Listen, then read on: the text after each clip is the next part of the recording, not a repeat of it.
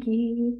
Hari ini saya akan sharing suatu topik tentang akuntansi dan akuntabilitas. Selain itu, saya juga akan membahas tentang sejarah akuntansi dan peranannya di dalam dunia bisnis. Apa kabar hari ini? Semoga sehat dan semangat untuk belajar hal-hal baru dan berbagi pengetahuan yang bermanfaat untuk mengembangkan skill kalian. Saya Ika Puspita Kristianti, staf pengajar dari STIE KPN Yogyakarta. Salam kenal ya. Mari kita langsung mulai aja ke pembahasan topik hari ini. Selamat mengikuti dan semoga bermanfaat. Cus. Oke, hari ini kita mau belajar beberapa topik ini ya. Yang pertama adalah pengertian akuntansi, akuntabilitas, dan akun. Lalu berikutnya kita akan lihat tentang gimana sih sejarah akuntansi. Dan berikutnya akan dilanjutkan dengan bagaimana peranan akuntansi. Kita akan lihat apa bedanya tuh akuntansi keuangan, akuntansi manajemen, dan adakah hubungan di antara dua topik tersebut, yaitu akuntansi keuangan dan akuntansi manajemen. Lalu kita juga mau lihat perkembangan akuntansi manajemen sekarang ini, serta nanti akan ditutup dengan perspektif kritis tentang topik ini. Oke, langsung aja kita mulai. Yang pertama tentang pembahasan apa bedanya tuh akuntansi, akuntabilitas, dan akun. Oke. Yang pertama dulu, kita semua tahu bahwa bisnis itu dilakukan untuk memperoleh imbalan keuangan dengan cara menyediakan barang atau jasa bagi konsumen. Intinya adalah orang atau organisasi mau melakukan bisnis, tujuannya itu untuk mengharapkan bisa memperoleh imbalan keuangan, ya. Nah, hal ini berlaku untuk berbagai sektor, mau swasta, mau publik, mau organisasi profit atau non-profit, ya. Lalu yang poin yang kedua adalah bisnis itu nggak melulu tentang uang. Bisnis itu berkaitan dengan pasar, tentang orang-orang, tentang proses operasional bisnis, misalnya proses produksi, dan distribusi atas barang atau jasa tersebut sehingga bisa sampai ke tangan konsumen. Nah, semua keputusan bisnis yang dilakukan itu berpengaruh terhadap pencatatan akuntansi. Kenapa begitu? Karena akuntansi itu merupakan gambaran finansial dari semua aktivitas bisnis yang ada di suatu organisasi atau perusahaan. Jadi, intinya adalah kalau kita pengen tahu tuh bagaimana kondisi operasional bisnis dari suatu organisasi atau perusahaan, kita bisa lihat dari catatan akuntansinya. Gitu. Oke, kita lihat dulu definisi dari akuntansi. Kalau menurut AAA, Triple A, akuntansi adalah proses mengidentifikasi, mengukur, dan mengkomunikasikan informasi ekonomi sehingga bisa mendasari suatu penilaian atau pengambilan keputusan oleh para pengguna informasi tersebut. Nah, dari kalimat ini nih kita bisa uh, menyimpulkan beberapa poin. Yang pertama adalah bahwa akuntansi itu adalah sebuah proses, ya. Kita bisa lihat di sini bahwa ada proses mengidentifikasi, mengukur, mengkomunikasikan. Berarti akuntansi itu adalah sebuah proses. Lalu yang kedua, akuntansi itu berkaitan dengan informasi ekonomi, ya. Karena di sini dikatakan bahwa yang dikomunikasikan adalah berupa informasi ekonomi. Lalu yang ketiga, tujuan dari akuntansi itu adalah untuk mendukung penilaian dan pengambilan keputusan oleh para penggunanya. Jadi, cara summary atau kesimpulannya ada 3 poin ini. Ya. Oke, lanjut.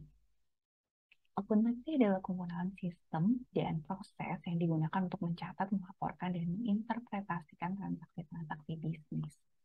Dalam pelaksanaannya, akuntansi itu menyediakan akun yang berhubungan dengan transaksi dari suatu organisasi.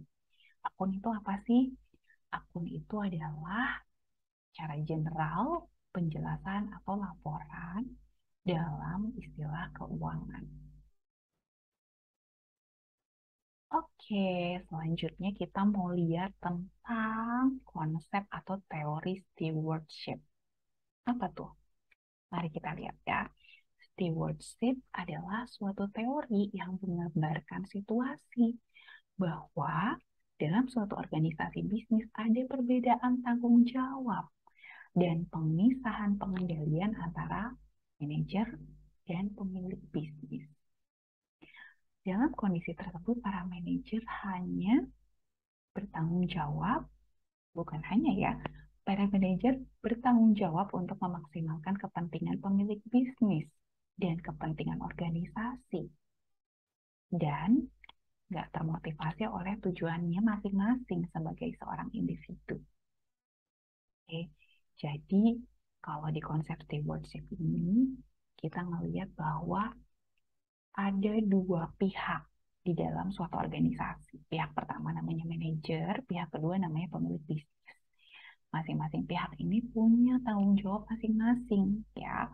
Kalau di sini dijelasin bahwa manajer itu tanggung jawabnya pokoknya harus berupaya memaksimalkan kepentingan pemilik bisnis, harus berupaya memaksimalkan kepentingan organisasi, gitu.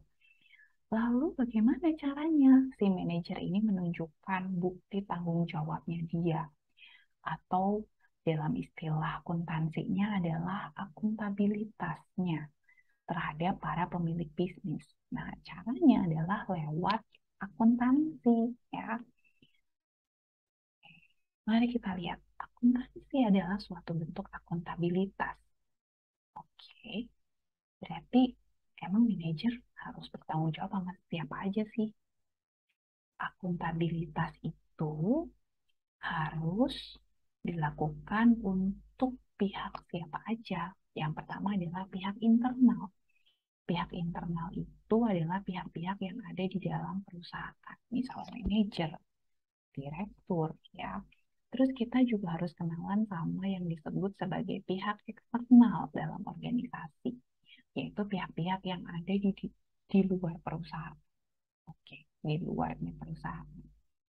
Misalnya supplier, konsumen, pemerintah, itu kan semua pihak eksternal dari perusahaan. Lalu kita juga harus kenalan sama istilah stockholder. Stockholder berasal dari kata stock yang artinya saham. Stockholder berarti pemegang saham atau pemilik saham. Orang-orang yang memiliki perusahaan dalam tanda petik karena mereka punya hak atas saham. Misalnya punya membeli saham sehingga mereka disebut sebagai investor atau stockholder.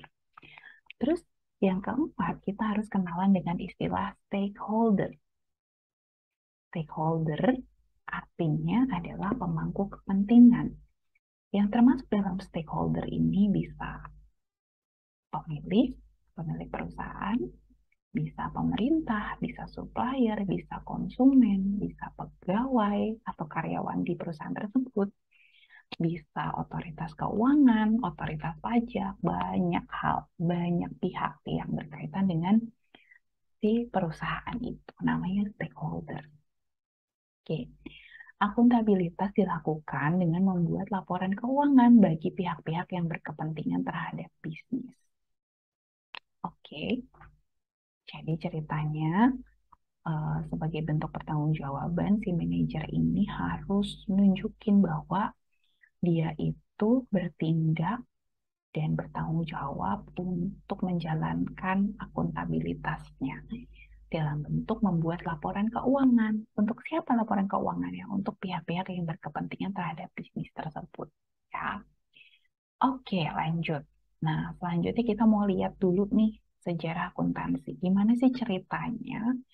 Kok akuntansi bisa digunakan di dalam bisnis? Pasti kan ada awal mulanya nih, ya.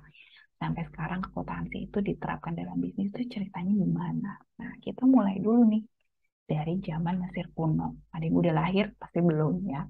3.600 tahun sebelum Masehi.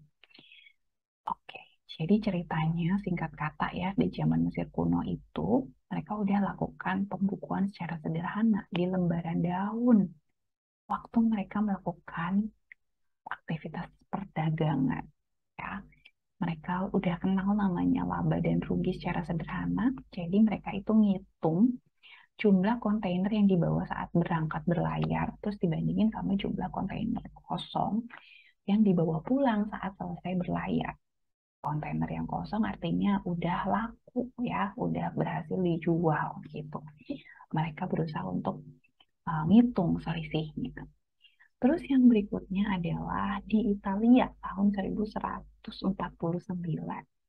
Di sana pada saat itu sedang gencar-gencarnya perdagangan maritim. Terus di tahun sekian itu udah ada loh namanya institusi bank pertama kali. Lalu ada juga pembukuan akuntansi yang pertama dari tahun 1149 di Italia. Lalu kita mampir berikutnya ke pertengahan tahun 19, abad 19. Pada saat itu ada revolusi industri. Pertengahan tahun abad 19 berarti tahun 1800 sekian gitu ya. Nah, pada saat revolusi industri itu mulai kenalan namanya pembagian tanggung jawab antara pemilik versus pihak manajemen. Pengelolaan perusahaan dikendalikan oleh manajer. Terus mulai diterapkan adanya desentralisasi dan divisionalisasi. Lalu pada saat itu juga mulai kenal dengan istilah akuntansi keuangan dan akuntansi manajemen. Nanti kita bahas ya apa bedanya. Nah, sekarang adalah era revolusi informasi, pertumbuhan industri jasa. Kalau zaman-zaman sebelumnya tuh industri itu fokusnya ke pembuatan barang. Nah, kalau sekarang udah bergeser ke industri jasa, jadi semakin kompleks jenis industrinya, semakin beragam ya. Ekonomi berbasis pada pengetahuan. Nah, ini semakin menarik ya. Era yang sedang kita hadapi yaitu revolusi informasi. Oke, next kita lihat dulu gimana sih peranan akuntansi di dalam organisasi atau di dalam bisnis. Yang bagian-bagian atas itu adalah peranan akuntansi ketika masa-masa tradisional, dan kalau sekarang itu yang di bagian kolom bagian bawah ya. Oke, kita lihat dulu yang bagian atas. Secara tradisional akuntansi punya 3 fungsi. Yang pertama scorekeeping, menangkap, mencatat, mengumpulkan, melaporkan kinerja finansial. Lalu yang kedua attention directing, memusatkan perhatian manajer dan membantu menginterpretasikan kinerja bisnis dengan membandingkan kinerja aktual dan perencanaan. Budgetnya gimana, realisasinya gimana gitu ya. Lalu yang ketiga, fungsi yang ketiga adalah menyelesaikan masalah, mengidentifikasi mana pilihan terbaik dari berbagai alternatif tindakan. Oke. Oke, lanjut. Nah, gimana bedanya sama sekarang? Saat ini akuntansi dikembangkan ke dalam 3 fungsi. Yang pertama adalah merencanakan, yaitu mengembangkan tujuan dan strategi pencapaian organisasi atau perusahaan. Yang kedua, membantu ketika mau buat keputusan, yaitu dengan cara menggunakan informasi keuangan untuk membuat keputusan yang konsisten dengan tujuan dan strategi. Dan yang ketiga, itu adalah fungsi pengendalian. Menggunakan informasi keuangan untuk mengelola kinerja supaya sesuai dengan rencana. Dan menggunakan informasi keuangan untuk memodifikasi perencanaan jika diperlukan. Kalau kalian lihat ya, ada perbedaan ya antara peranan akuntansi dulu zaman tradisional sama sekarang.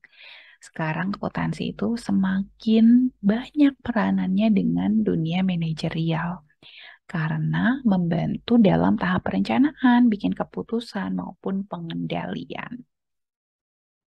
Oke, lanjut. Sekarang kita coba lihat tentang peranan akuntansi keuangan. Akuntansi keuangan itu apa sih? Pencatatan transaksi finansial yang secara utama ditujukan untuk melaporkan kinerja pada pihak-pihak di luar organisasi dengan tujuan utama bagi para pemilik atau pemegang saham. Nah, terus kita mau lihat dulu nih, gimana caranya ya melaporkan kinerja ya ke pihak-pihak di luar organisasi. Nah, dalam akuntansi keuangan kita kenal dengan yang namanya istilah laporan keuangan, laporan tahunan, ya, yang kita sampaikan untuk pemilik atau pemegang saham. Ada beberapa bagian dari laporan keuangan. Nih, poin 1 sampai 4 ya. Laporan laba rugi, laporan posisi keuangan, laporan perubahan modal. Dan yang terakhir adalah laporan arus kas. 4 hal ini udah satu paket di dalam laporan tahunan atau laporan keuangan, ya. Jadi, intinya adalah dalam laporan tahunan ini, perusahaan atau organisasi itu melaporkan kinerjanya kepada pihak-pihak di luar organisasi. Oke. Oke, sekarang kita lihat karakteristik dari akuntansi keuangan. Akuntansi keuangan itu sebenarnya dilakukan untuk tujuan mematuhi aturan hukum yang berlaku. Terus, akuntansi keuangan itu harus ngikut dengan standar akuntansi yang ada. Standar akuntansi keuangan atau SAK, PABU, prinsip akuntansi berlaku umum, IFRS. Itu yang internasional ya, sama JEP juga internasional. Jadi harus ngikut dengan standar akuntansi yang udah ditetapkan, nggak boleh ngarang sendiri ya. Akuntansi keuangan menghasilkan laporan keuangan yang kemudian akan menjadi objek dari audit independen atau audit eksternal. Jadi nanti laporan keuangan itu akan diperiksa benar apa enggak, mengandung salah sajian material atau tidak oleh tim audit eksternal atau audit independen. Informasi keuangan yang dihasilkan kurang berkontribusi dalam hal pengambilan keputusan bagi manajer. Kenapa? Karena informasi keuangan itu dihasilkan hanya sekali dalam setahun. Ya, kalau saudara tahu, laporan keuangan itu memang diterbitkan periodenya itu 1 tahun atau setiap akhir tahun. Cut off-nya adalah kinerja keuangan dari tanggal 1 Januari sampai 31 Desember. Jadi memang terbitnya itu sekali setahun, biasanya sekitar bulan Maret ya. Lalu yang kedua, informasi keuangan tidak menyediakan perbandingan terhadap target. Oke, jadi nggak ada perbandingan, budgetnya berapa, realisasinya berapa. Ya. Lalu yang ketiga, informasi keuangan yang dihasilkan bersifat agregat atau gabungan atau kumpulan. Istilahnya gelondongan gitu ya. Nggak bisa spesifik, aku mau tahu tentang ini aja nih. Nah itu, tapi di dalam laporan keuangan tuh semuanya langsung informasi secara gabungan gitu. Nah, oke, coba kita lihat perkembangan dalam akuntansi keuangan. Kita bisa lihat beberapa hal terkait IFRS, kemudian ada korporasi yang gagal, yang bangkrut, krisis keuangan global, kompleksitas transaksi dalam marketplace global, dan terlalu menekankan pada kinerja keuangan jangka pendek. Jadi intinya adalah kita lihat bahwa akuntansi keuangan itu mengalami perkembangan dari dulu sampai sekarang. Dan ada kritik-kritik tentang akuntansi keuangan, bagaimana peranannya mereka itu, peranan akuntansi keuangan itu dalam mendeteksi adanya krisis, adanya kebangkrutan, gitu ya. Oke, lalu sekarang kita pindah ke pembahasan tentang akuntansi manajemen. Tadi akuntansi keuangan, sekarang akuntansi manajemen ya. Oke, apa bedanya? Kita kenalan dulu sama aktivitas utama dari akuntansi manajemen. Oke, yang pertama, berperan dalam proses perencanaan, baik strategis maupun operasional. Sebagai panduan bagi pembuatan keputusan bagi manajer, lalu berperan sebagai monitoring dan pengendalian kinerja. Akuntansi manajemen dibutuhkan seiring berkembangnya proses produksi pada masa revolusi industri. Pada masa itu, proses produksi berkembang dalam hal jumlah dan kompleksitas sehingga meningkatkan jumlah model untuk pembiayaan mesin-mesin. Nah, pada kondisi itu dibutuhkan pemisahan antara pemilik dan pengendali dan terjadi perubahan fokus akuntansi. Tadinya tugas akuntansi itu menentukan cost, berapa sih cost-nya ya. Sekarang bergeser menjadi pengendalian atas cost alias efisiensi proses. Oke, kita lihat dulu pengertian dari manajemen accounting. Jadi di sini kesimpulannya adalah bahwa akuntansi manajemen yang baik harus bisa menyediakan informasi yang tepat waktu dan akurat dalam pengendalian atas cost, dalam pengukuran dan peningkatan produktivitas, dan meningkatkan proses produksi. Jadi kalau manajemen accounting itu kalian bisa lihat ini outputnya atau dampaknya itu lebih ke internal ya, pihak-pihak yang ada di dalam internal perusahaan.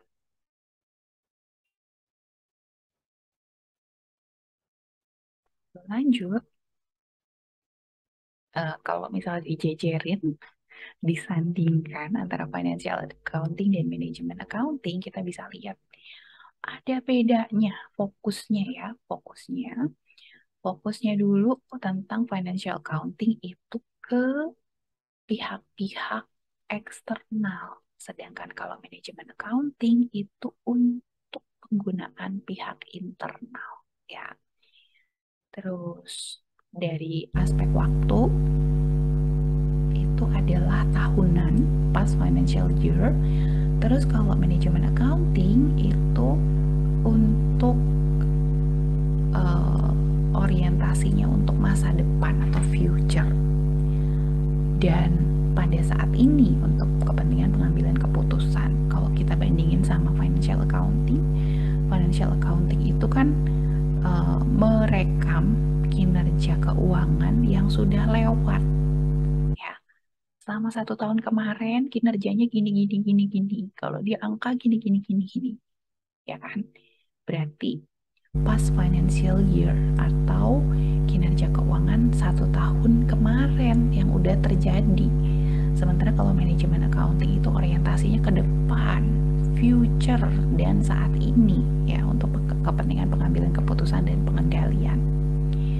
Oke, terus untuk level analisanya, mengumpulkan data untuk suatu tahun keuangan.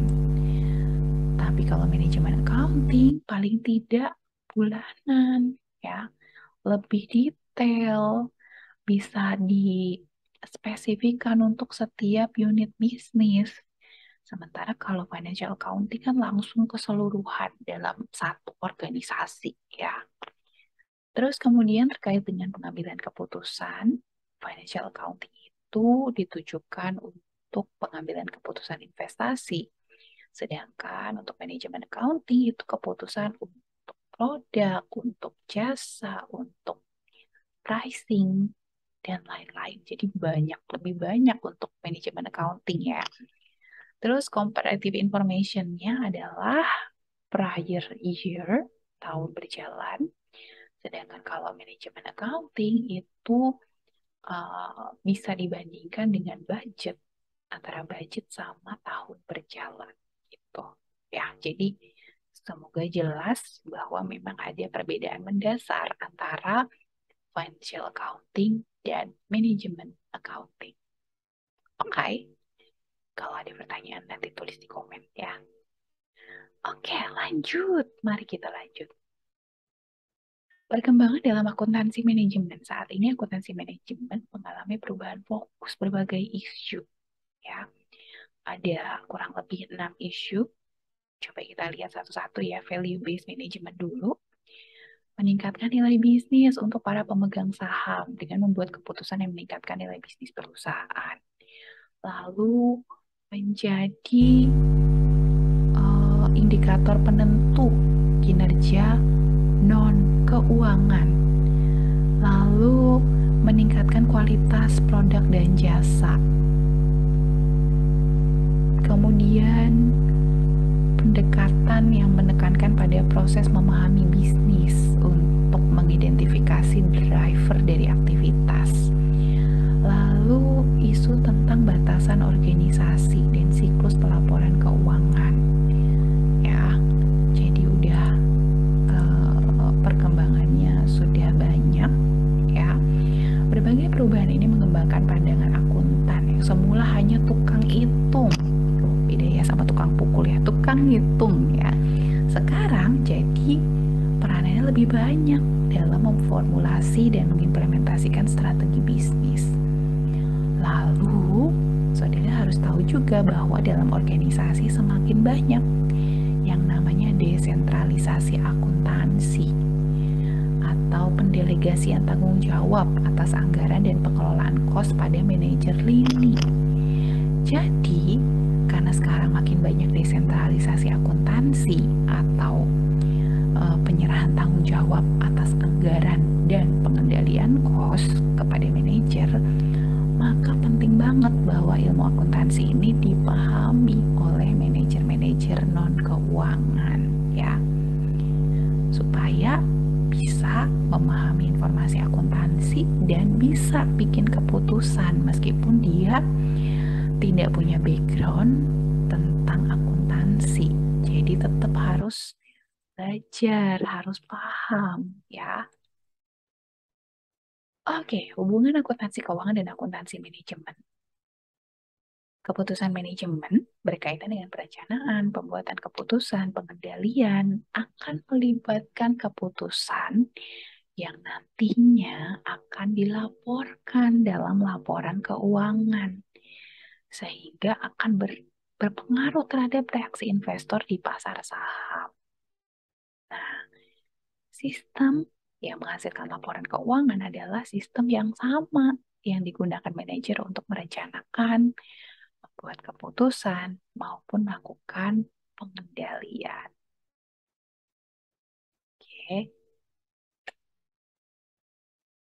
Nah, perubahan yang mempengaruhi akuntan dan manajer non-keuangan sekarang ini adalah berkaitan dengan teknologi informasi dan komunikasi.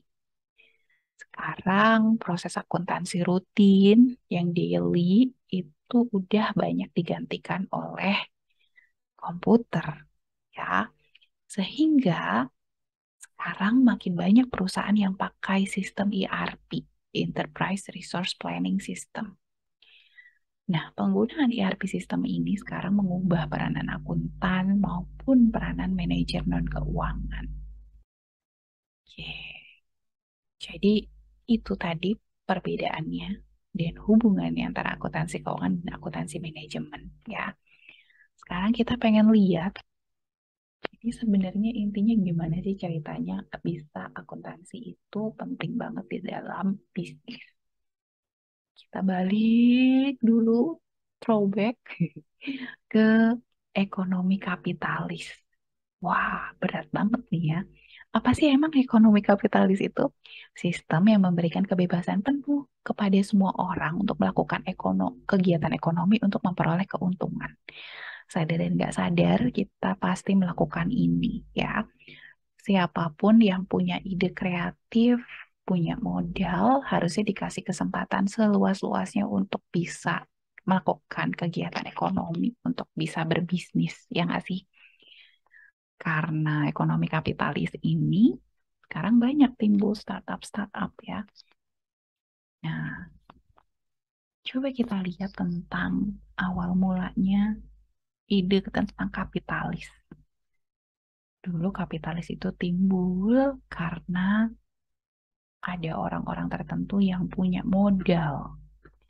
Punya modal tapi nggak pengen melakukan bisnis. Ya, makanya Dulu karena saking banyaknya orang yang punya modal tapi bingung mau diapain, maka modal itu dijajakan.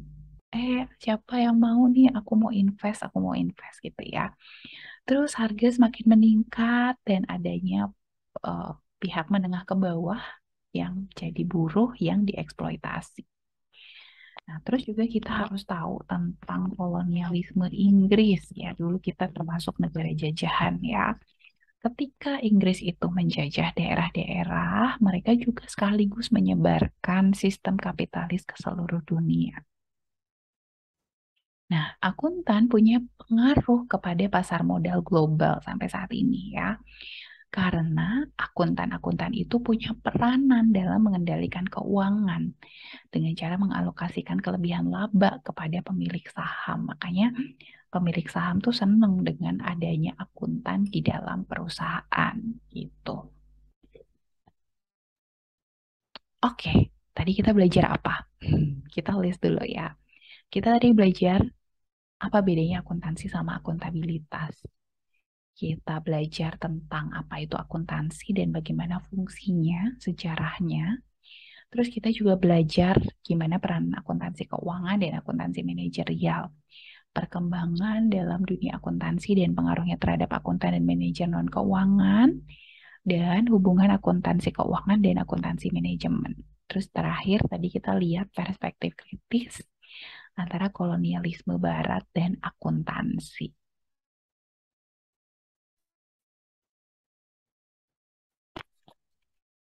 Ini topik yang bisa saya bagi tentang akuntansi dan akuntabilitas. Semoga bisa dipahami dan bisa bermanfaat ya.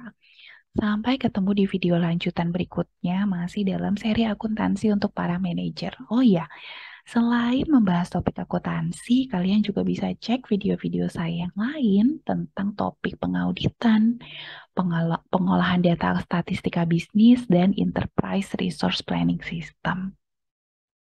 Itu dulu untuk hari ini. Terima kasih sudah menonton. See you. Bye-bye.